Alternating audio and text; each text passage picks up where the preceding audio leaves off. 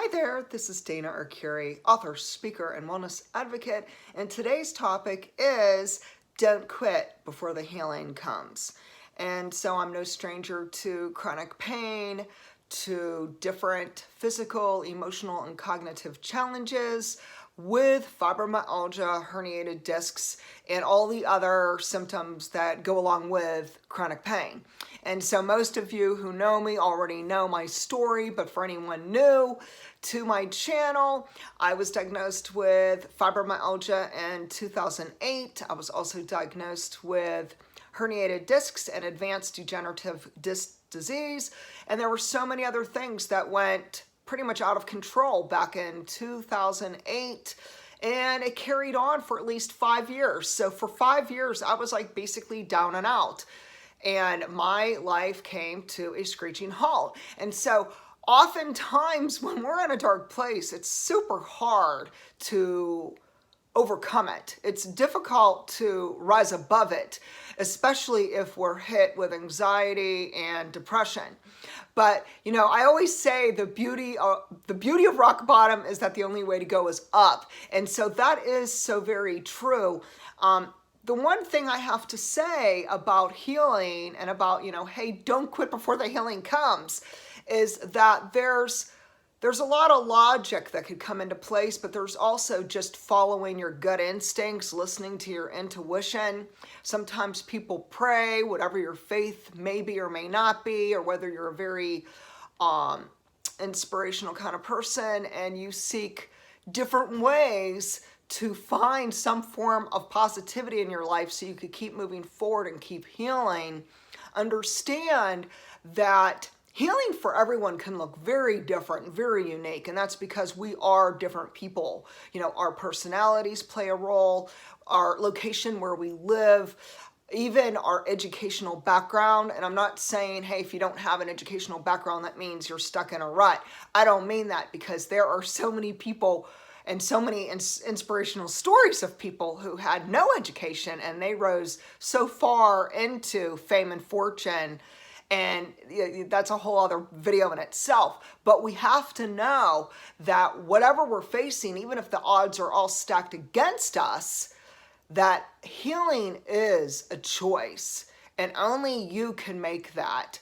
And so for me, I reached a place in 2010 and 2011 when I started realizing, these medications are not helping me, and this conventional medicine, traditional medicine, is not successful. You have to sometimes come up with a game plan, say plan B, plan C, and onward if plan A just doesn't work out. And so part of it is being open, being willing, being creative to think outside the box, because we know that there's so much in our world that people don't always advertise or talk about, but yet it's helping thousands of people. I mean, that is just how the internet is working now. We're able to be exposed to so much individual kind of healing pathways, such as holistic approaches and natural alternatives and different forms of healing non-medically, because there's the internet and we could just be a fingertip away from the different websites that could give us insight, give us knowledge, give us wisdom. We could do a little homework on our own, and then we could decide if it is something we want to try. And half the battle is just taking that first step. But we have to understand, when it comes to actually receiving the healing and hanging in during the hard times when the going gets tough and it gets rough and you just don't know how you're gonna make it, we have to understand that it's those who hang tough, the strongest survive. And that's why you have to just keep on keeping on, because you want to see the healing, and you can actually have this happen. It could become your reality when you yourself put yourself in a position that you're trying something new. Because if you're doing something and you keep doing it and doing it and doing it year after year after year, decade after decade, and it fails, then obviously it's not working. So part of this big wake-up call to healing is realizing what is working and what's not working. And so the focus will never be on what's not working. Why? Because it's negative energy. It's going to really damper your progress if you focus on what you can't do, what's not working, and so forth. Instead, you look at what is working, what is doable, what is your next step. So let's talk about a few things that are really key to the healing journey. The one is that there's no magic pill. There's no magic pill. I don't care what your doctor tells you. I don't care what the TV advertisements are just blasting all over the place. We can't even sit in our doctor's office without being bombarded with their advertisements on their big screen TV, blasting every drug under the sun, trying to get us to succumb to this method, when in reality, there is no magic pill. It's not a magic bullet. It's not a cure-all. It will never be a cure-all. It is only a Band-Aid. For some individuals in certain circumstances, it is temporary, and it is something that someone may consider for short term. But when we start looking at long-term medications and long-term exposure to radiation, say for x-rays and MRIs and so forth, CT scans, and there's a lot of different medical testing that exposes us to radiation. Radiation causes cancer. We always have to think about, is there a risk? What are the pros and what are the cons? But we must really reach a place of common sense that there is no such thing as a magic pill. And the day you realize that is the day you could start your healing journey. Next is there's no quick fix. People want to lose weight overnight. People want to fix their marriage within a month. They go to a marriage conference and they go to all these different functions and events that are geared for relationships and promoting communication and, maybe spicing up the romance. But really, it takes a lot more than a month to really resolve problems. It's awesome when you could go to events, whether you're with someone or you're alone, that you could educate yourself and you could really start gaining more insight into your particular situation, especially if it is relationships. But understand that it's not a quick fix. It doesn't mean that you go to a marriage conference and boom, your marriage is just mighty fine. No, instead, it means you have to do the hard work. So whether it's our physical health, whether it's relationships and interpersonal lives, whether it's our emotional health, whether it is lifestyle things such as weight loss or just getting healthier, whether it's even our dreams and passions and careers, even that, it's not an overnight fix. It's great to take one step and move forward, but we always have to understand it takes more than one step to get us to the finish line. Just keep walking, just keep believing, just keep moving forward. Next, we have to understand that people want the healing. They just don't want to do the work. So if you want to lose, say 20 pounds, 30 pounds, 40 pounds, hey, whatever it may be, it is going to take effort. It is going to take diligence. It is going to take consistency. And it is going to take accountability. What you're eating, what you're doing, if you're exercising, if you're just spending your life on the couch, are you actually self-sabotaging?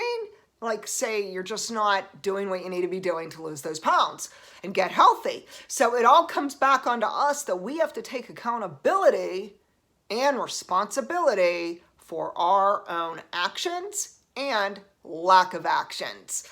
Next, we have to understand that we are the solution to our own problems. How often do we have something going on in our lives? You know what I'm talking about, people. There's messy places, whether it's relationships, whether it's finances, whether it's your physical health, emotional health, maybe you want to go back to school, maybe you'd like to travel, whatever you may want to do to improve your quality of life. How many times do we want it?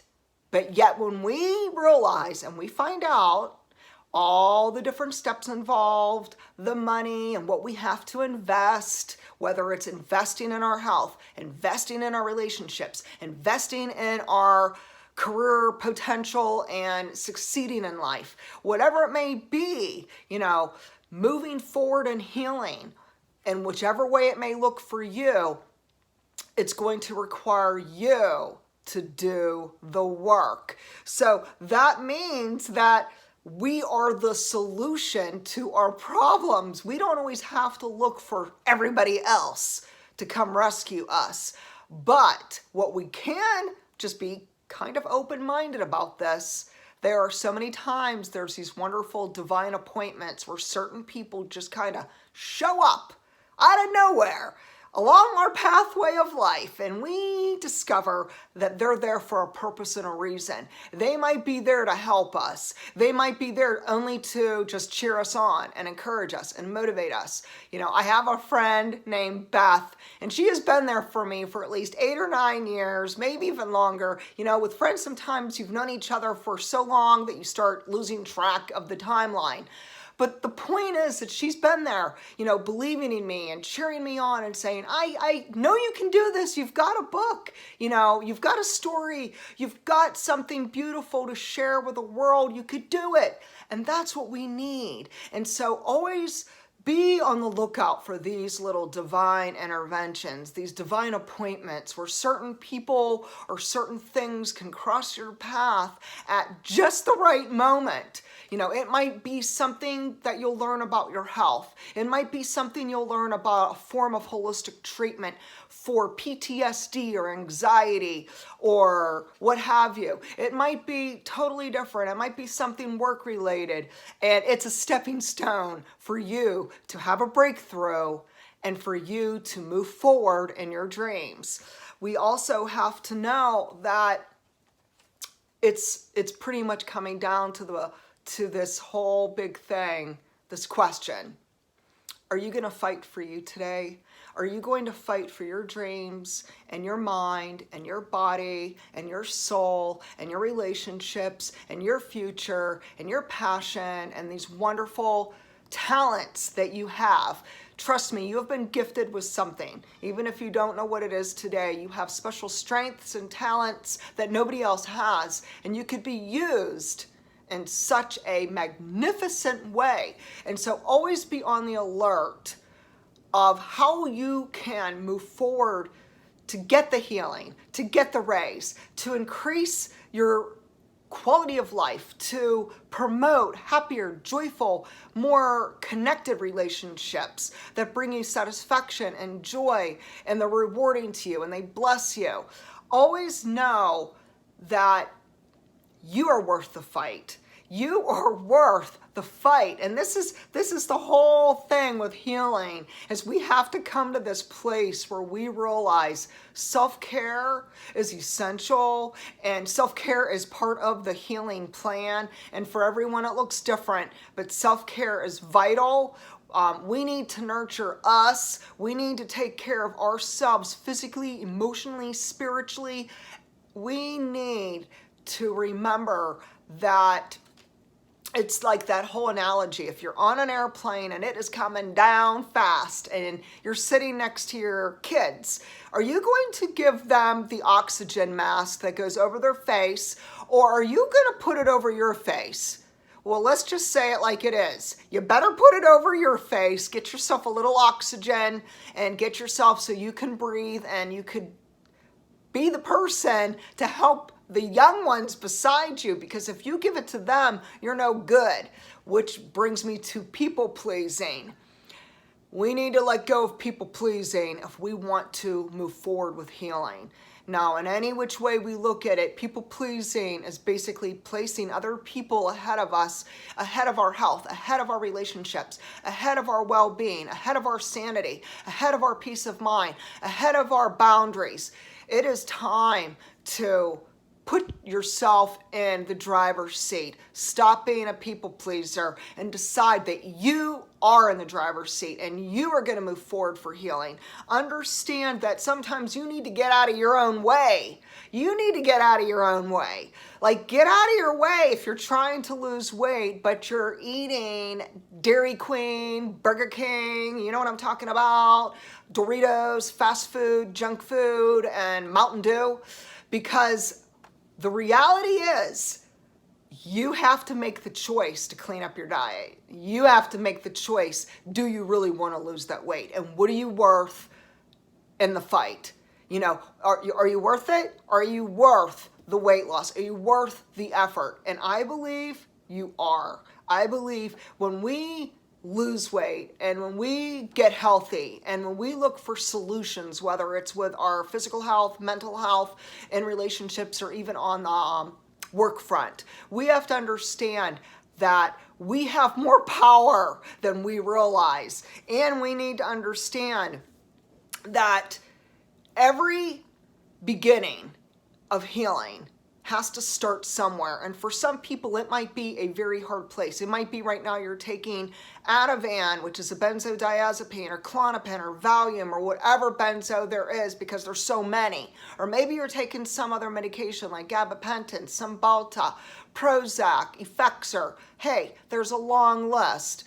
Whichever medication it may be, you might be in a position where you know it's not working. You know that you have an intolerance to it. You already know that you never got informed consent, and you already realize that you have side effects, you have horrific severe interactions, and you might even be going through wicked withdrawals today. Well, we have to understand that don't let fear get in your way. You know, when it comes to healing and when it comes to tapering drugs and when it comes to the whole going through the withdrawals and going through the rock bottom, you've got to get there to get there. We have to go through it to get through it. That is just the way it is. We have to fight for ourselves and our lives and our passions and our relationships, and we have to know what's worth fighting for. Because if it's not worth fighting for, don't put your energy there. But if it is worth fighting there, say for example, you're physically in chronic pain and you're really, really, really at a place where you have no quality of life, then you need to make that decision that you are worth fighting for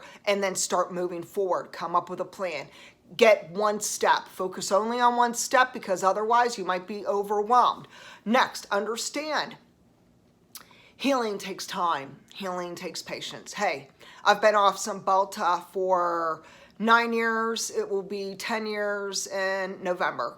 I have been off benzodiazepines for 8 years. You know, healing was not overnight. Healing was not in 1 month. Healing was not in 1 year. I mean, for me, healing, we're talking years and years, people. We're talking, I had chemical overload, toxicity, these poisonous toxic drugs that just basically tore my body and organs and my brain to shreds and damaged me in such a destructive way that I became disabled, homebound, and had to go on Social Security disability. So I know all about rock bottom. I know all about fear. But guess what? I faced my fear. I said, hell no, is that benzo gonna rule my life? Hell no, is that doctor gonna keep giving me prescriptions and keep me disabled and in a place where I can't even help myself because I am so far gone? And I said, it's time. It's time to heal. I choose healing. I choose hope. I choose self-care. I choose holistic approaches. I choose the freedom to find many ways to heal, not just one way, not just two ways, but to really look so far into every option and to exhaust every effort, because I know that my health was so worth it. And now here it is, all these years later, and I have reached a place launching my 4th book. Woo! And just on fire, people, on fire to share my story, on fire to help people heal, on fire to give people this encouragement that they are worth it, that their lives matter, that there is healing on the other side of wicked withdrawals. And we have to just hold on to that thread of hope. If today you only have a little tiny glimmer of hope, it's enough. That's all you need. Just keep on following that light. Find a way to get yourself unstuck and understand healing is not a destination. Healing is a journey. And today, if you would like to share with me your healing journey, you may do so. How are you doing? I would love to hear your stories. If you're working on something right now, whether it's physical, emotional, relationships, jobs, trying to get out of toxic relationships and create healthy boundaries, or whether you are in the midst of a wicked withdrawal, feel free to share what you're going through, what your goals are, and how you are practicing self-care. If you'd like more inspiration and wellness tips, you can go to danaarcuri.com. Have an awesome day.